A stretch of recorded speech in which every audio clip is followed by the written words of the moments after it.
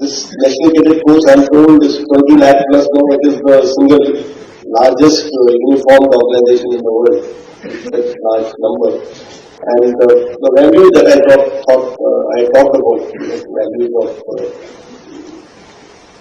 patriotism, values of unity, values of discipline, moral courage that is being taught to you.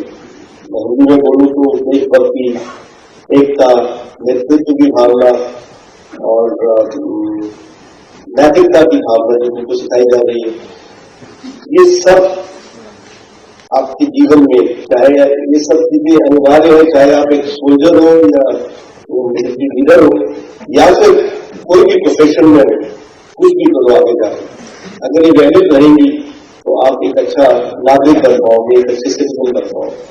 And what ever you do, it doesn't matter, how you do is what matters.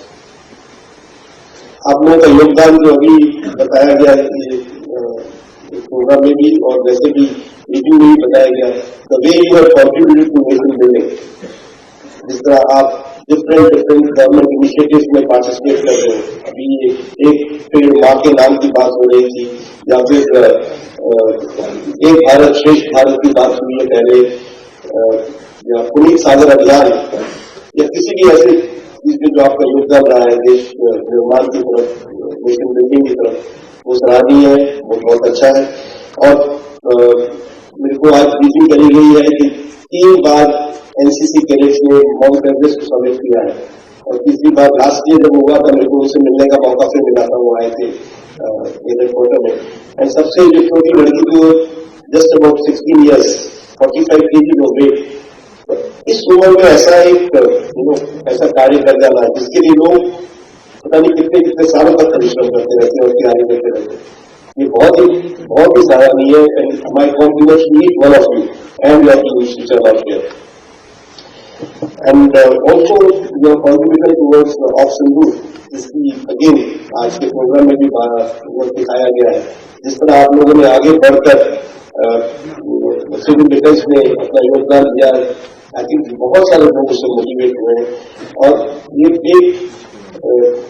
जो operation हुआ है, operation सिंदूर, उससे एक देश में भी एक जागरूकता आई है कि हमें किस तरह सिर्फ पैसा कमाना है या जिंदगी में अपने लिए आगे बढ़ जाना ही सब कुछ नहीं है, बल्कि देश के लिए कुछ करना भी बहुत जरूरी है. एक जागरूकता तो आई है, लेकिन उसे हमें बरकरार रखना है, अपना कंट्रीब्यूशन देते हुए देश निर्माण की तरफ हर जगह जहां पे भी मौका लगे, जहां पे भी हमें लगे कि हमारी जरूरत है, आगे से आगे बढ़ के हमें इसमें योगदान देना है.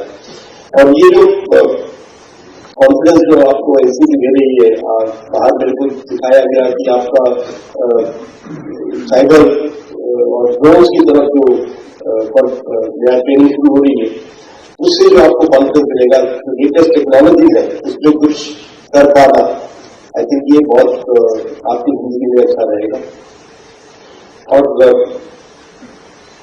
अब देखो ये बताया गया कि एनसीसी में 40% से ज्यादा लड़कियां हैं, तो अगर हमें इस देश को आगे ले जाना है तो पुलिस और स्त्री दोनों को कंधे से कंधा मिलकर काम करना पड़ेगा, कंधे से कंधा मिला के आगे बढ़ना पड़ेगा.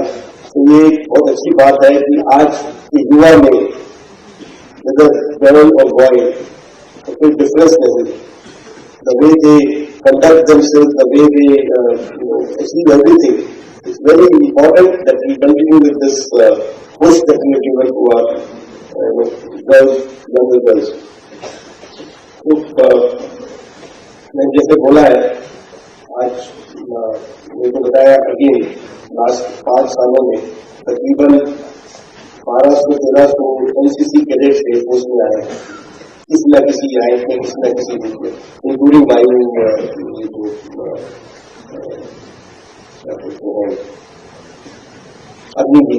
अग्निवीर वायु के रूप में. तो इतने लाख कैडेट्स में से सिर्फ कितने से लोग आते हैं फौज में. अब मे भी इससे 8-10 पूरा आर्मी में गए होंगे, कुछ नेवी में गए होंगे, और सब लोग फौज में नहीं आ पाते या नहीं आना चाहते. तो इसमें कोई गलत बात नहीं है कि आपने एनसीसी ज्वाइन करी लेकिन फौज नहीं ज्वाइन करी. मैं ये कहना चाहूंगा कि आप चाहे यूनिफॉर्म में रहो या आउट ऑफ यूनिफॉर्म में रहो, आप फिर भी देशभक्ति और देश निर्माण की तरफ अपना योगदान दे सकते हैं. You can help build the nation even without being in uniform. Some vice president has once told me, and I've always been repeating that every soldier is a citizen in uniform, and every citizen is a soldier out of uniform. So we have to remember that whether we wear a uniform or not, our heart should be in uniform. और उसके लिए जो आपको यह सिखाया गया है, जो भी आपको वैल्यूज दिए गए, उसको आपको याद रखना है. और नेशनलिज्म, देश प्रेम की भावना सबसे ऊपर रहनी चाहिए. जैसे हम हिंदी में बोलते हैं, सर्वोपरि आपके लिए कुछ भी हो, कुछ भी आप बन जाओ जिंदगी में, किसी भी मुकाम हासिल कर लो, कितने भी पैसे कमा लो, कहीं भी आपका नाम हो, लेकिन आपके मन में एक क्वेश्चन होना चाहिए कि मैं देश के लिए क्या कर रहा हूं या क्या कर रही हूं. तो अगर वो क्वेश्चन आप पॉजिटिव में आंसर कर पाओगे तो आपने जिंदगी अच्छी की. लेकिन अगर उसमें आप नहीं उस क्वेश्चन को आंसर कर पा रहे हैं, what am I doing for my nation, for my country, for my society that I come from, if you are not able to answer that, then you are not doing right, even if you are reaching any heights in your professional career or wherever you go. 2 points that I wanted to cover.